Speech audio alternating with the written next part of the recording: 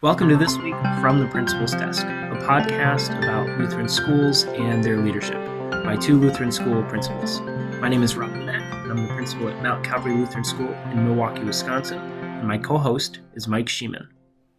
Yeah, my name is Mike Sheeman. I'm principal at Bethany Lutheran School in Parma, Ohio. And this week is kind of the continuation of a podcast we did last week when we were talking a lot about marketing your school. Really, how do you get the kids to come? And it's kind of neat. This is a logical progression to say, okay, let's now assume that your marketing has been successful. So now they would like to enroll. And we thought it might be fun to talk a little bit about some best practices in enrollment and take a look at how do you then integrate new students into your school. A lot of schools have various enrollment processes in place. I would venture to say there's no right or wrong in this, but I would say that if you haven't defined that or you don't know what the process is, there are possibilities that you may not welcome a family as much as you would hope to welcome a family if they can't go through this process with ease. Yeah, while there's no right answer, there are still a bunch of wrong answers, I think, with the enrollment process. And I always view the enrollment as there's certain information we need as a school. And if that information is too difficult to get from families, you're either going to be chasing it down throughout the entire enrollment process, or you will get some families that'll just go, I'm not going to deal with this, right? Maybe going to your school is not a priority for them.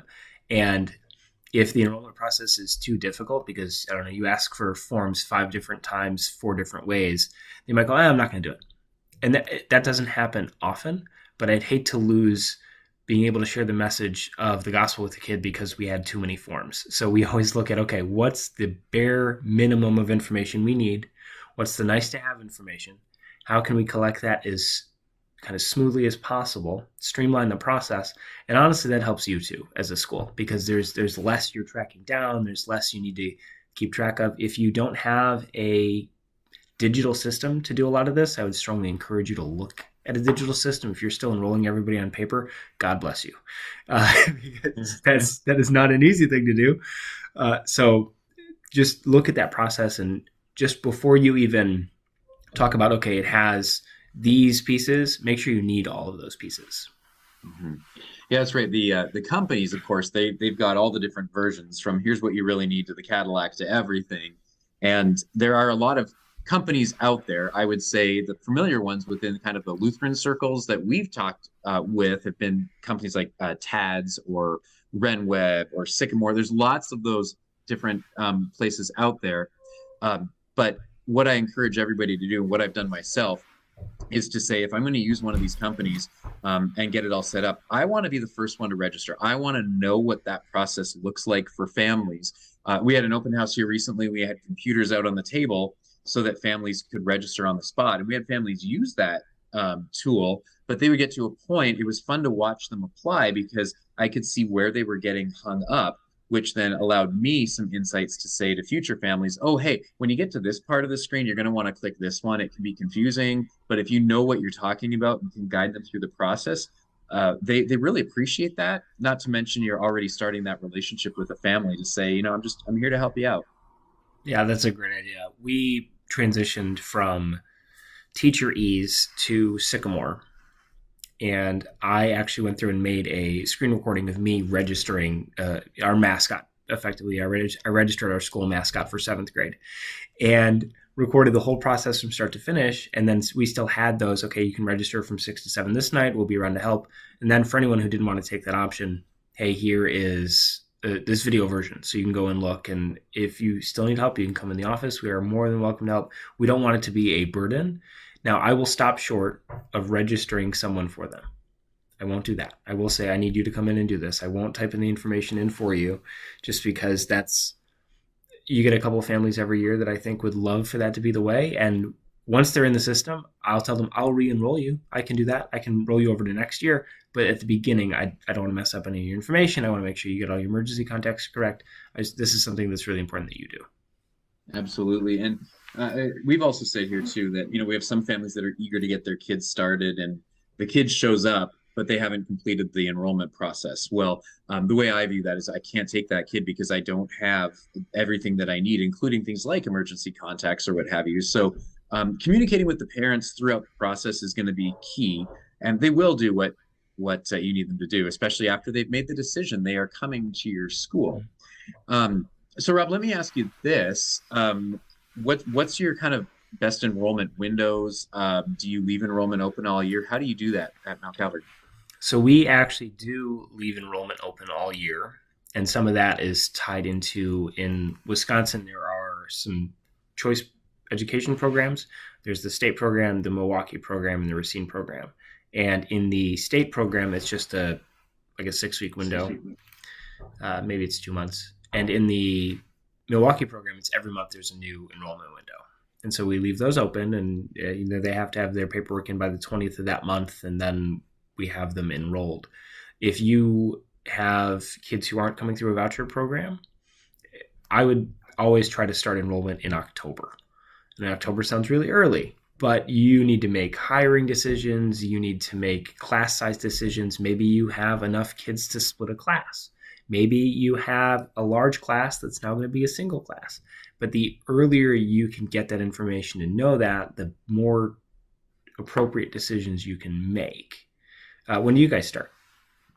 Yeah, we do the same thing. We keep enrollment open all year long, and we for the following year we usually we open up with our younger grades first, and then we have a process then in January where we do what we call continuous enrollment. I always believe you need to make it harder for a family to leave your school than to re-enroll for the following school year, and sometimes that's not always the case.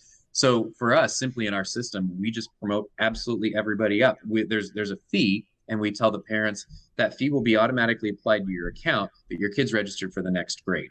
And usually I track who's paid the fee because that's a really good indicator that they're not coming back. And by such and such a date, if they haven't, or if I have indicators, I'll just be contacting that family because you can make a lot of decisions, but there's always the what if questions. And really, as administrators, all we have to go on is intent.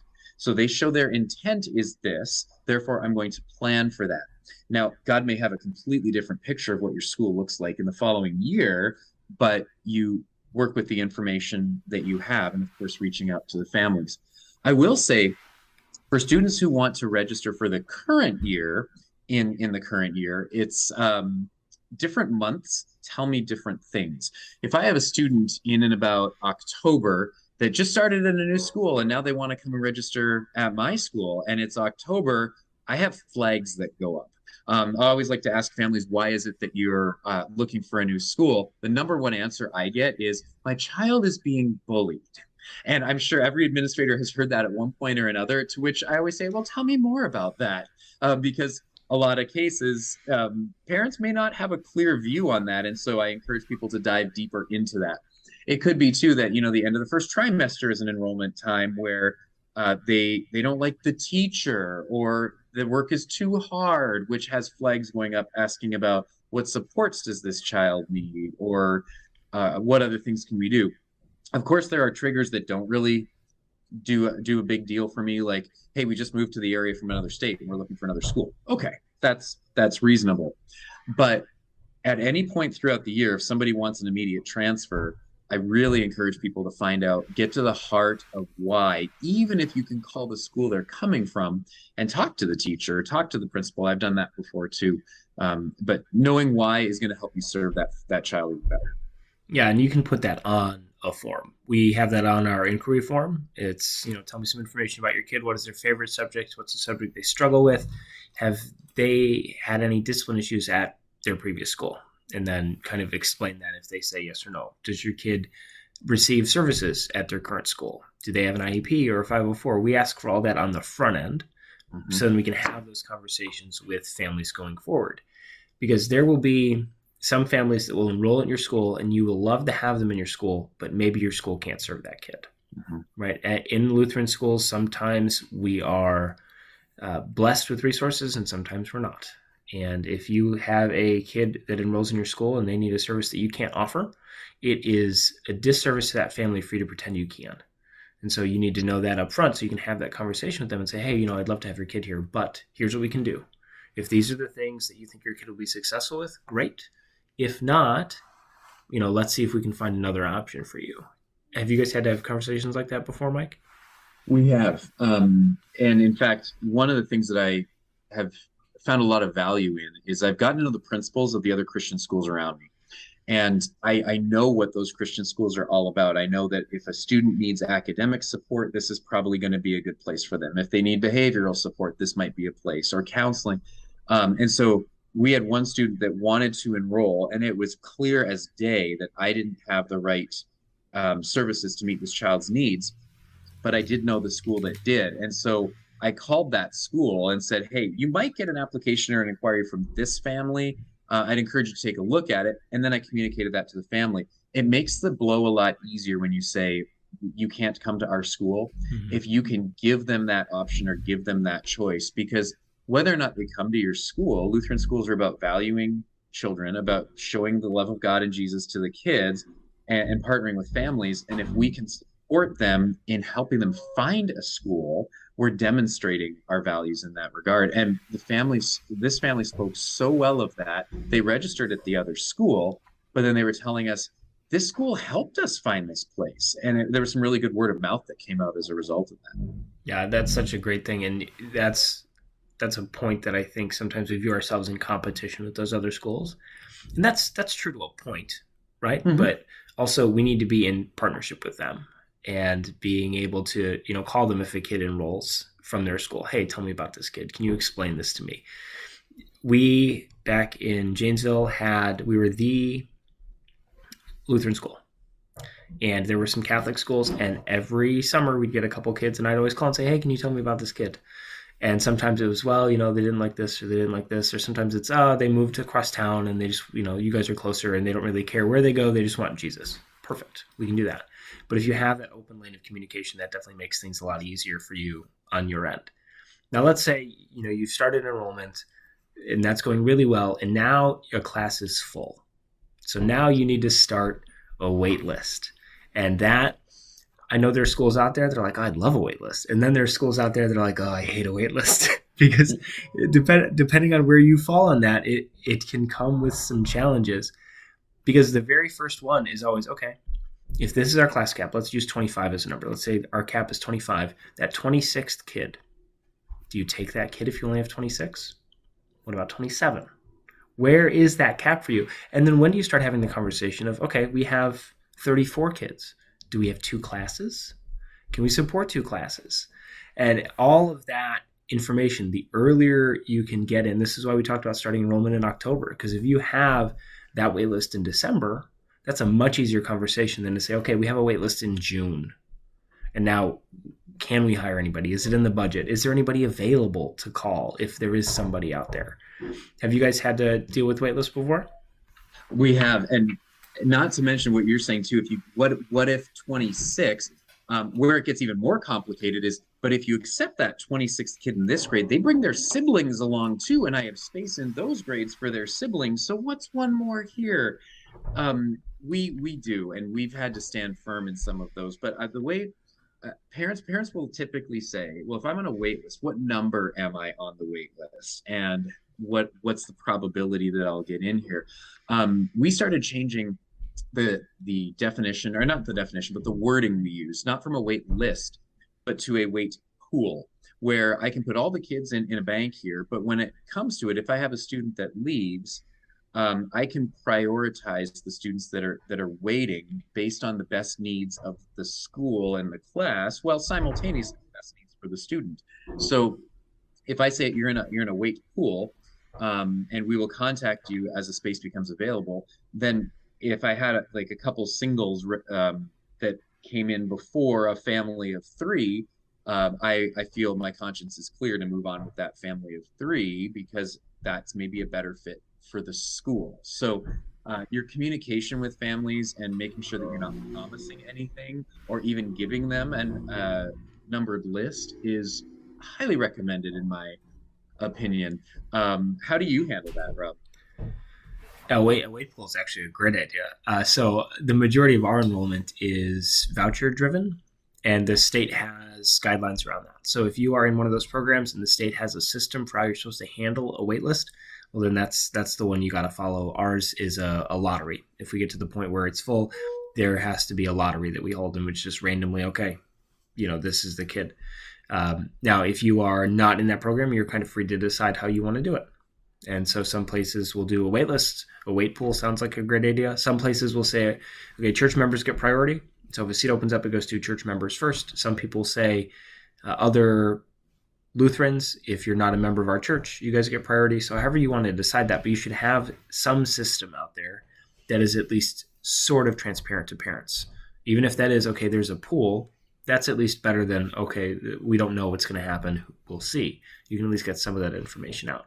So let's say everything went well. You have a first grade class of 50 kids now. Congratulations, you've hired that second teacher. All those kids are ready to go, right? It's March, you're getting them already. How do you know the needs of those kids coming in? Do you placement test those kids? Do you have family interviews? Do you have the kids shadow for a day before their enrollment's complete? We've done placement testing here and family interviews. So kids will come in, they'll enroll, they'll go through the mechanics of the enrollment process, and then say, okay, we're going to do a placement test, figure out grade level. Because sometimes you'll have a kid who applies in fifth grade and you say, hey, I'm sorry, but your kid's not ready for fifth grade. And, we can take them in fourth grade. And some parents want to drop out there. Some parents are very thankful you've brought that up. And they say, oh, we kind of figured, but no one's ever told us that. So now we know. And then after that, we do a family interview where I'll interview the kid and the family and get to know them and get them in our culture right away, really early. What do you guys do there? I really like what you're saying about the testing and then the interview. We kind of do both as one and the same. Honestly, for me, testing is a bit of a newer thing. It's not something that I have a lot of experience with. I've been doing some research into what are some of those tests that are out there. IXL, of course, is one of them. There's another one, the wide range achievement test. There's different tools. So I'm currently investigating those tools to see what meets our needs, because more and more, especially coming out of pandemic mode, the academic needs of kids are huge. And I have had the experience, in fact, this week, the experience where we did enroll a kid back in August, and we always say to parents, is there an IEP, of 504 service plan, any of those things, because we need to have that information ahead of time. And when the parents say no, you think, ooh, okay, that's great. But just this week, I had a parent said, well, actually, I do have an IEP. And so that we've now written it into our admissions procedures that if you do not disclose that your child has a service plan of any sort during the admission process, that's grounds for removal from the school, because those are legal documents. And if we're not meeting those, we are liable. And if we don't have the resources to meet those, we're liable. But if I don't know about them, it's Mm-hmm. a whole other discussion. So I feel like I really like your view on the family interview as well, because you're not just accepting the student into your school, you're accepting the whole family into the school. And so knowing what that family stands for, what they value, how do those values line up and match your school and their mission, I think is really important. The one thing I will say is the world is coming to our Lutheran schools. And so I think everybody does need to start having conversations around things like ADA accessibility, academic needs, and how you're going to service those. Quite frankly, the LGBTQ community is coming to your door. What about different political views? Be ready, because when those people say, what's your school stance on that, in the middle of a family admission interview, you need to be ready to give an answer. Yeah, and one of my admissions interview questions is actually, tell me why you want to go to Mount Calvary Lutheran School. And I always love when people say, oh, I get to hear about Jesus, and we've been away from the church and we want to come back, and those are always great. But then I also take that as an opportunity to explain, okay, this is what we do here. These are all the things we do. This is what we stand for. And none of that should be hidden from parents. Your views on everything should not be, oh, well, you can go find it in the handbook. We have a statement of belief written in there. That's not a statement of belief. That's boilerplate covering your butt legal document, right? It should be something you live and breathe and talk about, and it should not be a surprise to parents. One of the first things we'll do after people fill out an inquiry form is we do a tour. We'll do a tour before we do placement testing, before we do an interview. So we have a couple touch points where we get to meet with parents and they get to meet with us and talk through some things. And we were on the tour, and I had a parent say, well, it was a lady I was on the tour with. She's like, me and my wife really want to send our daughter here. How do you guys feel about that? And I said, well, I'm glad that you want to send your kid here, but know that here are the things that we believe as a church, right? Here are the things that we are going to teach. Here are the things we're not going to shy away from. If you're comfortable with that, your kid can totally be here, but we're not going to shy away from that. If you're looking for a place that's going to maybe more, if you're looking for acceptance of those things, this school's not going to be the place for you. And it was a very, very nice interview, a very nice tour, and very nice conversation. And they decided to enroll, right? And that's an opportunity there. But if it was handled differently, or maybe not brought up at all, then you're dealing with that because a parent tells you, oh, did you know this person and this person? Okay, well, but I think that's another conversation is, do you take kids from all families if they are willing to hear the things you're teaching, or do you say, oh no, we're only going to take these certain kids no matter what? What do you think? Mhm. I think you're spot on. That's been my approach as well, is this is what we believe, teach, and confess. And it's important to be upfront about that. They can be difficult conversations at the front end, but if they're not had, then later on when they creep up, it's going to be a lot worse. So just expressing what you stand for, and the parents have a choice, then they can enroll or not, and then it's in their court. So yeah, I fully agree with what you're doing there. So let's maybe unpack a little bit more about a comment you made earlier. You get to if 25 is your cap, and all of a sudden you have 34. Do you double your class at that point? Do you hire a teacher and move forward? And you made the comment earlier, and you're spot on, that that's an easier decision to make in like December, January than it is in June. And one of the struggles is in December, January, if everybody pays their fee, they want to enroll, a lot can happen before August, September. So how do you decide if you're going to move forward or not? Because then the question becomes, what if you get 34, but then all of a sudden it shrinks to 28 by the time September rolls around? You didn't need that second class. Well, one of the things that I've had experience with is doubling grades, but that has happened where the enrollment shrunk before September.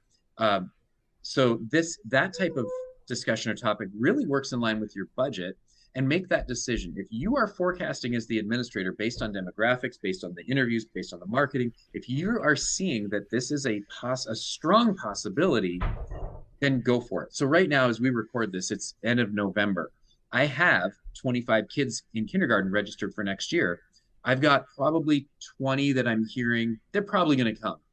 So I've made the recommendation, let's double it. Now, I do have board members saying, but you don't have them yet. What if they don't come? Well, if I don't double it, they're definitely not coming. And if I do double it and we get to some smaller classes, we'll deal with that. But in the meantime, while we're dealing with that, sharing God's love with these kids. So that's, of course, our driving force.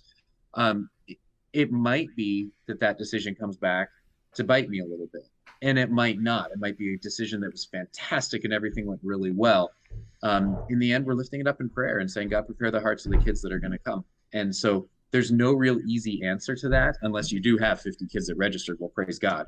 I had that once where we opened kindergarten registration, and I had 2 kindergartens. I had 40 spots, and I had 60 kids register. It was or apply. It was incredible. Hard decisions to make, but we did that.